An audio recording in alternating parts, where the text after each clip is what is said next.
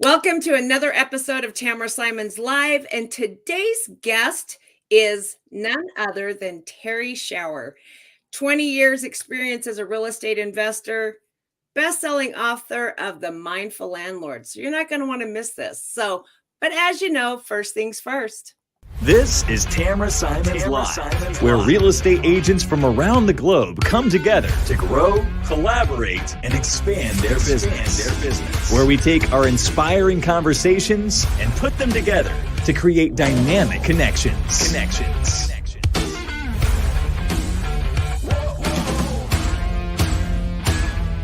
This is the Real Estate Power Chat.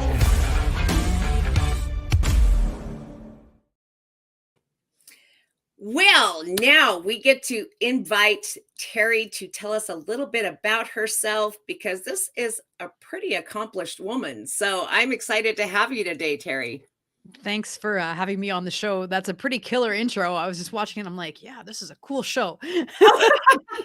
Thanks so much. Thanks for having me on here.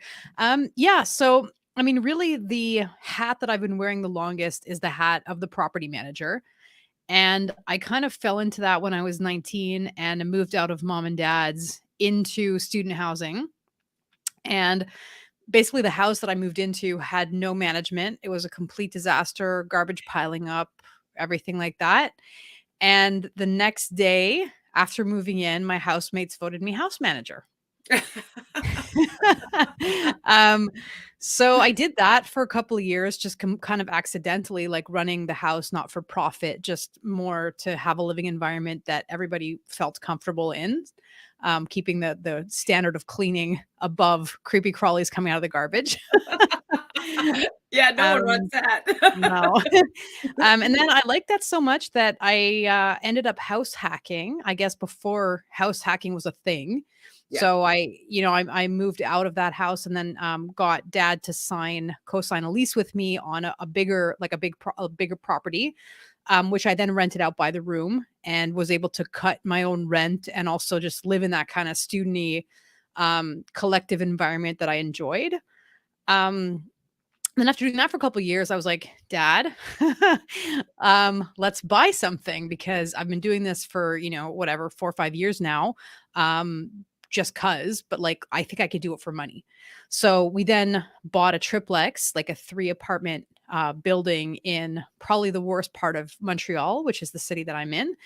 It is in Canada. So bad for us is not necessarily bad for you guys, but no guns, basically. All the same kind of problems, just no guns. So there's not like a physical safety issue, but that went so well that the property appreciated, got a second property, a third property, and then run out of borrowing capacity. Because like you guys also have I think the line between commercial and residential property. And so at a certain point, the bank's not going to follow you anymore on residential properties. So I just didn't crack that nut yet. And then I decided, okay, I want to do this full time. Let me now start a property management business and do my real estate broker's license. And so that's what I did. Then I built a management business and did some brokering around that business model, which was to buy properties in this bad part of town and then rent them out to foreign students for, I guess, almost double what the rents would have been worth. That's awesome. Yeah. So that's kind of like how things got started. Then I built my business around that. And then, one thing led to another. And I also had like a life as a martial artist before I kickboxed semi-pro and then did some Brazilian Jiu-Jitsu. And through that, there's this whole mindfulness methodology, which can really help you up your performance. And so, that came to me through martial arts and also because I had some challenges with anxiety when I was younger. And then I discovered that like, that's a way to supercharge whatever you're trying to do in real estate. And so bringing those two kind of sets of ideas together, that's what then turned into Mindful Landlord. That's so cool because I was reading, I'm like 3-time Brazilian Jiu-Jitsu World Champion. Holy crap, woman. I'm like, you're like the female Royce Gracie, I mean, hello. That's really cool. But I love diving into mindset because that really resonates with me. And so the fact that you have this whole mindset to real estate investing, and then you've brought those two together. And I just want to know a little more about how that works, the process that maybe you're taking people through, because I know that you coach as well. So I would like to kind of hear how that works. Sure. All right. So the first thing I think I like to do is just to define what mindfulness is not. And so mindfulness and mindset, like really two different things, right? I think Mhm. mindset is kind of, if you think of affirmations, if you think of, limiting beliefs, it's something that's I want to say at the thinking level. Whereas mindfulness is really understanding how your consciousness operates. And there's sort of three levels to that. So there is, your thinking mind, which I like to compare to the radio, like blah, blah, blah. The radio is always on. Sometimes I like the show. Sometimes I don't like the show. But we run into trouble when we take our thoughts too seriously. And so we have a tendency to identify with our thoughts and to think, I am my thoughts. But as you get more skilled as a mindfulness practitioner, you begin to realize like your thinking mind is a tool, but it's just because I think something doesn't mean anything. Like I can have anxious thoughts, I can have crazy thoughts, I can have mean thoughts, but just the fact that my thinking mind is gabbing away on that topic doesn't mean that it's actually me. Me is what I choose to act on and what I choose to identify with. So it's kind Oh, of the I like that. level. Underneath, we have like the emotional level. And I like to compare that a bit to the weather. So I can feel sad today. I can feel angry. But if I decide that I'm going to go out for a run, like snow, rain, sunny weather, I'm going to go out and run anyway. So, that's kind of like you can have this emotional coloring to things, but it ends up being your actions end up determining your outcomes and end up determining the kind of life you have, not the feelings that you have. And so, where I think some of us run into traps is where we begin identifying too much with our feelings and being like, I'm a depressed person with a capital D, or I'm an anxious person with a capital A. For me, that's something that I really struggled with, was like the label of anxiety with a capital Right. A. And that like, once you just take that down, you're like, yeah, I'm feeling anxious right now, but like, I can feel anxious and go for a run. I can feel anxious and stay with whatever it is that's scaring me, because it's my actions that are actually going to determine what happens. Right. And then the lowest level underneath that is presence. So like when people talk about, being in the present moment or flow or pure consciousness, it's that just level of existence that's always with me. And to the Mm. extent that I'm able to identify with that and not the other two levels, it's going to bring me a level of peace, and which you can then apply to just about anything else, right? Like once you can align yourself at that level, you can use your emotions as lights on the dashboard, right? Like fear has a purpose. It's meant to tell you there's a threat that maybe you need to pay attention to. That's all. Same thing with being upset. Like being upset is telling you like this is something that maybe you should deal with, but it's not necessary. You don't have to turn it into anything bigger than that. So in a nutshell. I like that. I like that terminology because it's interesting that you take one set of that and you take it to being the radio going blah blah blah. Because in dementia patients, they have actually a dementia radio for dementia patients that kind of keeps them focused and Wow. doesn't allow the brain to move. So the fact that you relate that to radio really dials into definitely being mindful. Yeah. And so I like that whole analogy.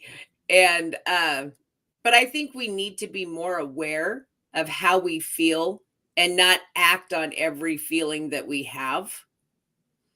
And so I just really like the mindfulness that you bring to the table on that. So now you wrote the book Mindful Landlord. So Yeah. how does that incorporate from your mindfulness?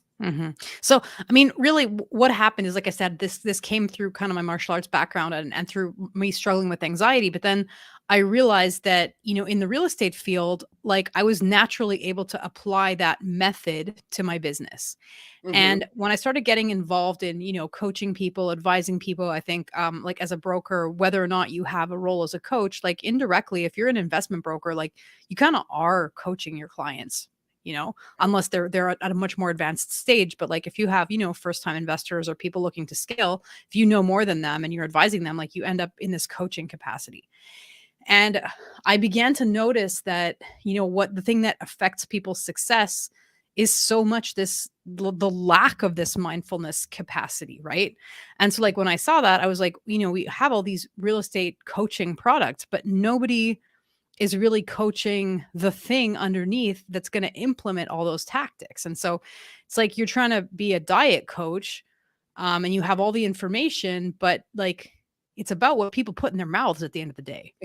And, like you can have the best diet program in the world. If you don't stick to it, you're not going anywhere. And in real estate, it's the same thing, right? Like you can have Mhm. all the data, you can have the best, team around you. But if you're in analysis paralysis mode, or if you're, avoiding networking because you're afraid of putting yourself into networking situations, like all of those things are going to end up sabotaging your performance, irrespective of whether you have all the knowledge. So like basically what my book is it takes like kind of a playbook for someone who wants to start and scale a little bit in investing, and then bookends it on the other side with this methodology of how to get out of your own way. So how do you deal with fear?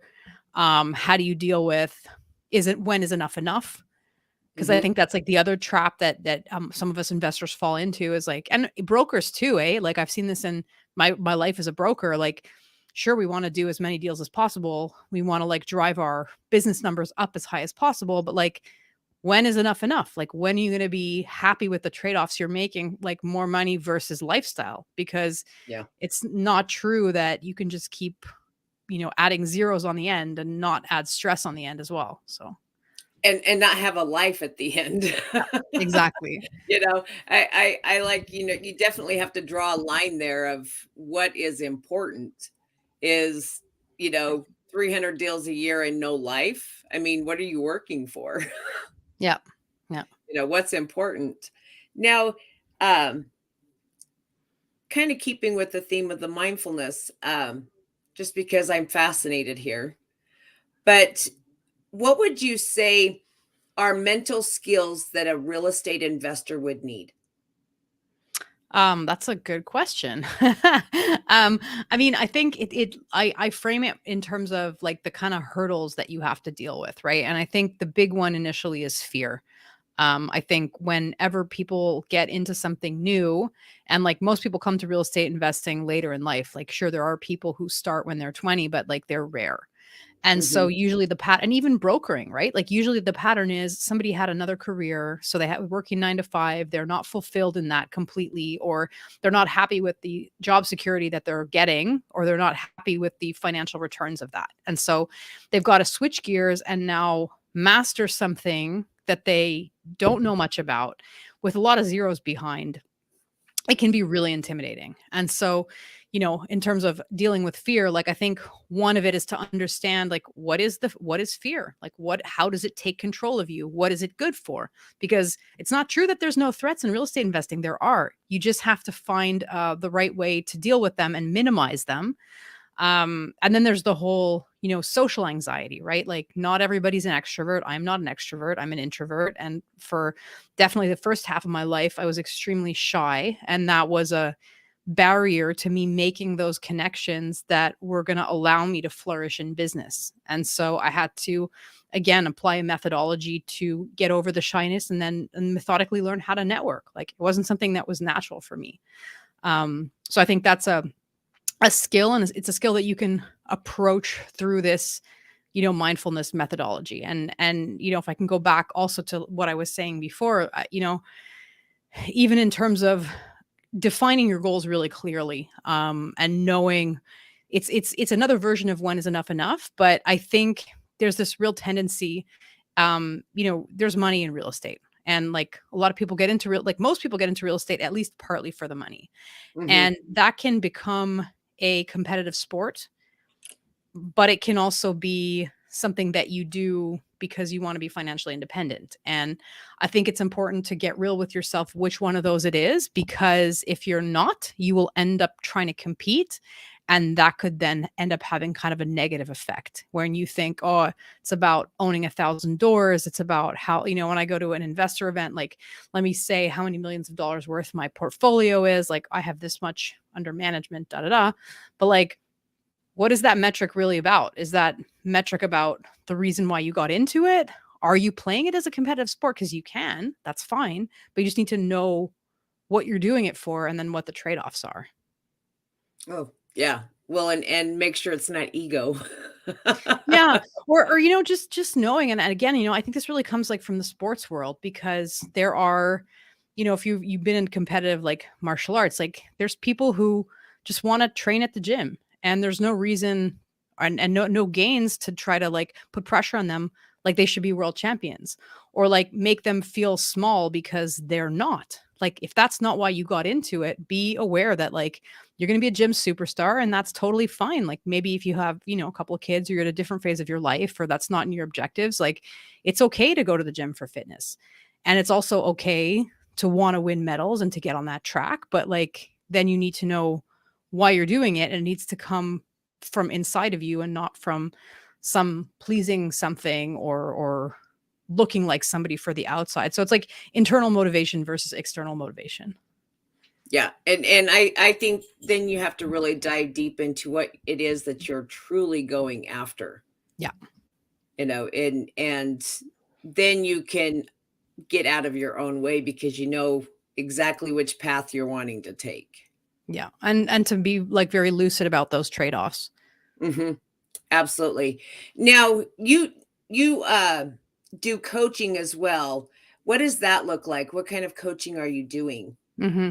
So I actually have a podcast called the Real Estate Investors Club podcast, which discusses, some of these ideas. I do some live coaching calls on air. I do like one show like that a month. I also hear from other investors or people who have experience, experts in the field. And that is in partnership with a local organization called the Real Estate Investors Club, which is basically like a coaching group. So we have monthly networking events where, and we can have about 100 investors get in a room and, network, exchange deals, that kind of thing. And then that turns into a coaching program where we basically take people through like a 10-week intensive that takes them usually from not knowing much or not being professional investors to having a level of knowledge where they'll be able to basically invest professionally. And so that's like, I want to say that the professional coaching that I do. I also offer consulting hours for people who want to have like a specific small issue that they want to go over. And that's just, kind of a la carte through my website.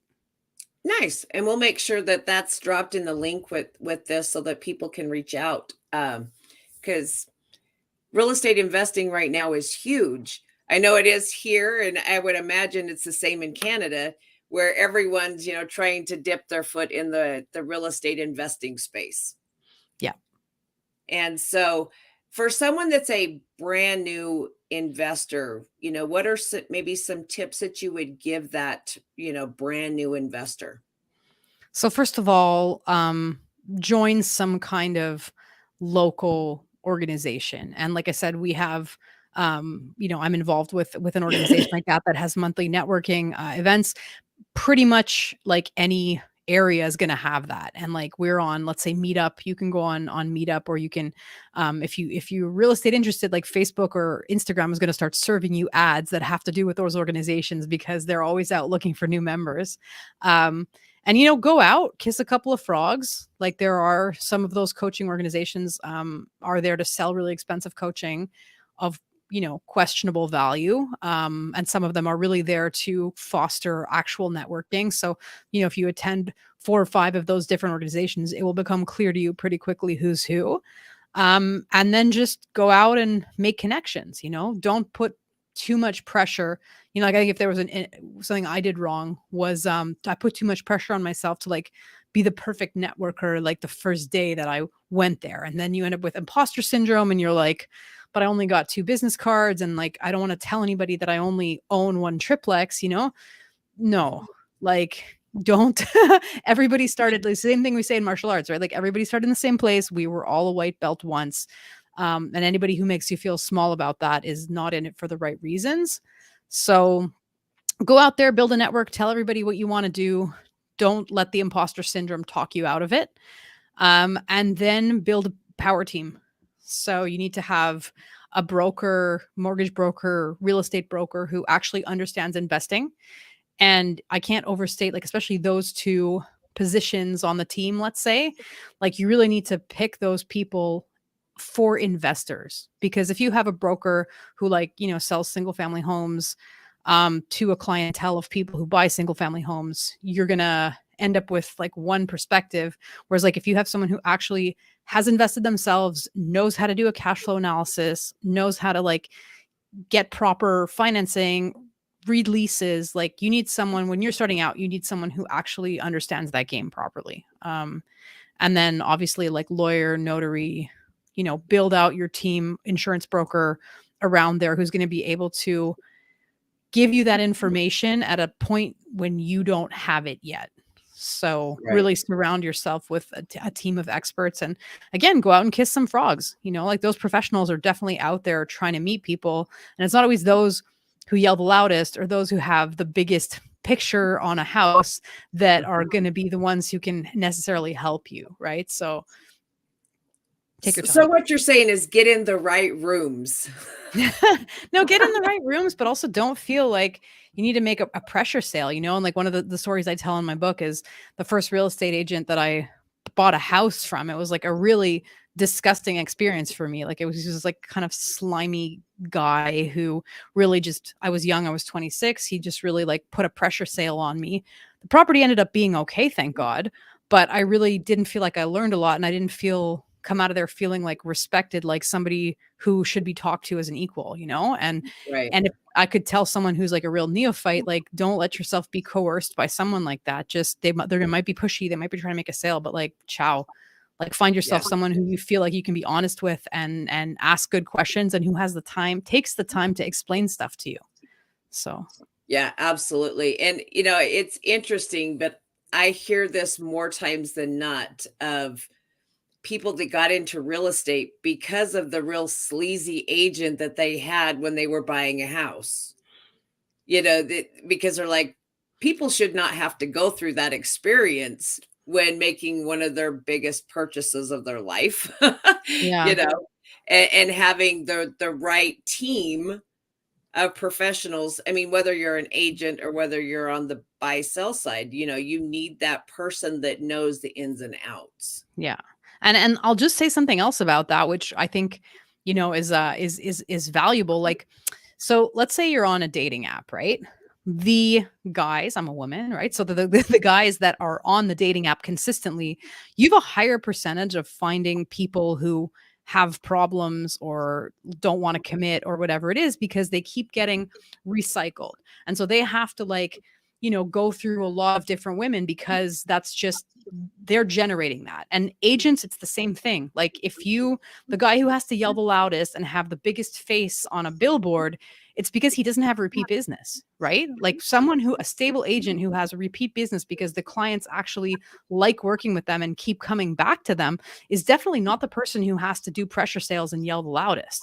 So it can take time to meet those people. And that's why I say, like, don't let yourself, you know, be pushed or go with like the first person you see, because chances are if they have to yell really loud, it's because they're not building that stable confidence business that somebody who, you know, works in a calmer way might.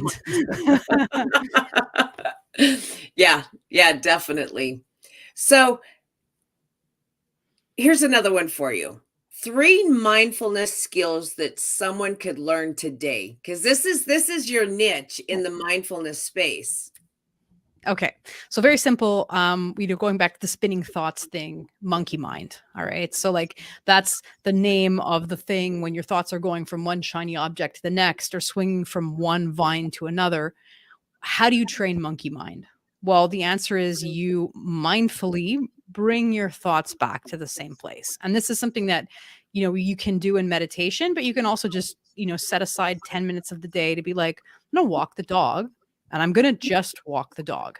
If my mind goes somewhere else, I'm going to just like bring it back, bring it back, bring it back.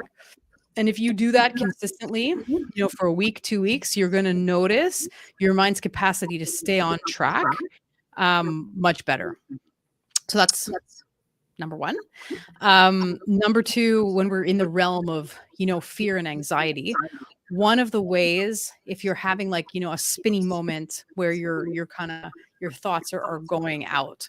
One very simple thing that you can do is just pay attention to the sensory data around you. So you can, feel the material of your jeans. You can, you have a glass, you have whatever you have. If you could just tune into some kind of sensory experience, you can really, it's on the same level as maybe taking 3 deep breaths, right? Like obviously your level of arousal lies on your breathing pattern, but like I feel like we kind of all know that. But that business of just tuning into some kind of a sensory stimulus will like allow you to move out of there. And then the last one is just understanding that like you don't have to identify with your thoughts or your emotions. Those things are not you. You are presence. And at any time one of those things kind of starts to get out of control, you can just always come back with pure consciousness experience that's not all over the place. I like that because there's days that I'm like that for sure. I love it. Well, this is great because I think that there's a lot of times that our brain goes 90 million miles an hour and we don't even know where to start. Yeah. So I like the walk the dog analogy of, I'm just going to walk the dog. Yeah. I'm not going to do anything other than walk the dog. Just be with the dog. Yeah. Yeah. Because there's days where you really just need to walk the dog, because the brain goes wherever it wants to go. I used to tell my husband, I said, I need a key to shut my brain off because I was getting that as she was talking, that's what was happening. We all know that. We've all been in that space, So I'm like, I really like the walk the dog. I'm going to remember that from now on. When my brain does that, I'll be like, okay, I need to walk the dog. Do you have a dog? I have 3. There you go. And they will love that. They'll be like, wow, what happened to you? You're like walking us all the time. So, okay. Now you're located in Montreal, Canada. And do you ever do events or anything like that where, you're actually here in the States or do you do anything like that? Yeah, so I'm actually speaking at RubeCon in Phoenix at the beginning of May, and the topic of my talk is property management and mindfulness, and so hopefully there's gonna be more of those. Obviously, I often guest on American podcasts. I have my own podcast, and I have an American guest on about once a month. So yeah. That's nice. That's really cool. We'll make sure that all of your podcasting information is dropped in the descriptions here so that people can tune in. And then one last question for you, and I ask everyone this that is a guest on my show is, what is the one thing in this gift of life that you have learned that has made your career what it is today? Wow, it's a good question, and it's a big question. Yeah. Well, and it's one of those things that we don't necessarily think about. Yeah, I mean, for me, like part of it was just giving myself the permission to even be on this path in the first place. Like I was one of those people who got, I don't want to say railroaded, it's too strong, but like, who there were a lot of like expectations of what's a worthwhile career, what my capacity will allow me to do, and to kind of like get some of those limiting beliefs out of the way and to just, become my own kind of butterfly, like it sounds a little bit airy fairy, but I was actually just having a conversation with someone this morning about my son, and they asked me, okay, well, what do you want him to be? And I'm like, well, I just see my role as like, I'm the person who's like helping this caterpillar like turn into the kind of butterfly that he needs to turn into. And like, do I know what color his wings are going to be? No, I don't. But he needs to figure that out. And I need to give him the resources to let that happen. And I feel like, I had to give myself those resources. And if I can help like gift some of the people that I coach something, it's that you have, a calling, or you have a thing that uh, reaching whatever your full potential is. And that the way to do that is to, become your own kind of butterfly. I like that. I like that. Well, thank you so much for joining me today. I find this fascinating, and I'm going to dive deeper, and you never know, I might invite you to come back once again, cuz this is something I think we all need to be mindful of, is our thoughts, our actions, because they play such a key role in our lives. Yeah. And we neglect them, like us in the real estate coaching space. Like, how many seminars have you been to where like nobody talks about any of this? Like, what are the biggest mental challenges that people go through on their road? Like, I don't see a single talk on that at conferences, Yeah. or in coaching things. And I think we need to, like you said, I would like that to be on the map a bit more. So Yeah, I'll be happy to come back. absolutely. I can 100% agree with that one. So, because I don't think our psychology of thoughts is even taken into account in real estate when it really needs to be, Absolutely. because this is not an easy business. And a lot of people get into it thinking, oh, I'm just going to make lots of money, and then they get in there and they realize, oh damn, I have to work my ass off to do this. Yeah. So, but thank you again. It's been a pleasure to have you here, and I can't wait to have you back, and we'll have another great conversation. Great. Thank you, Tamra. Thank you. And until next time, guys, we'll see you soon.